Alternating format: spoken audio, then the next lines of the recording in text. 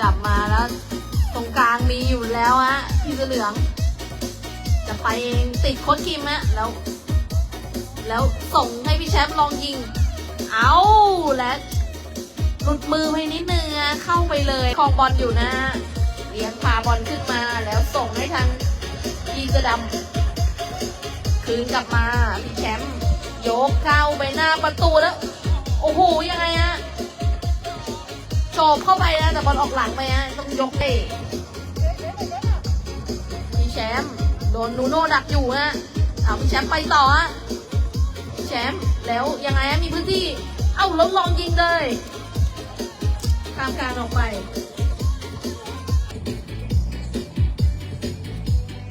เป็นอียิกจากทางพี่เต้ซัดลูกนี้แล้วโอ้โหพวกสาประตูเหมือนรู้ทันพุ่งไปรับเลยฮะติดมือเลยฮะโอเค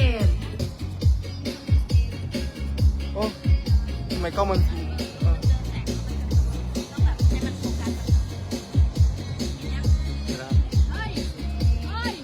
โอ้เสมอ1-1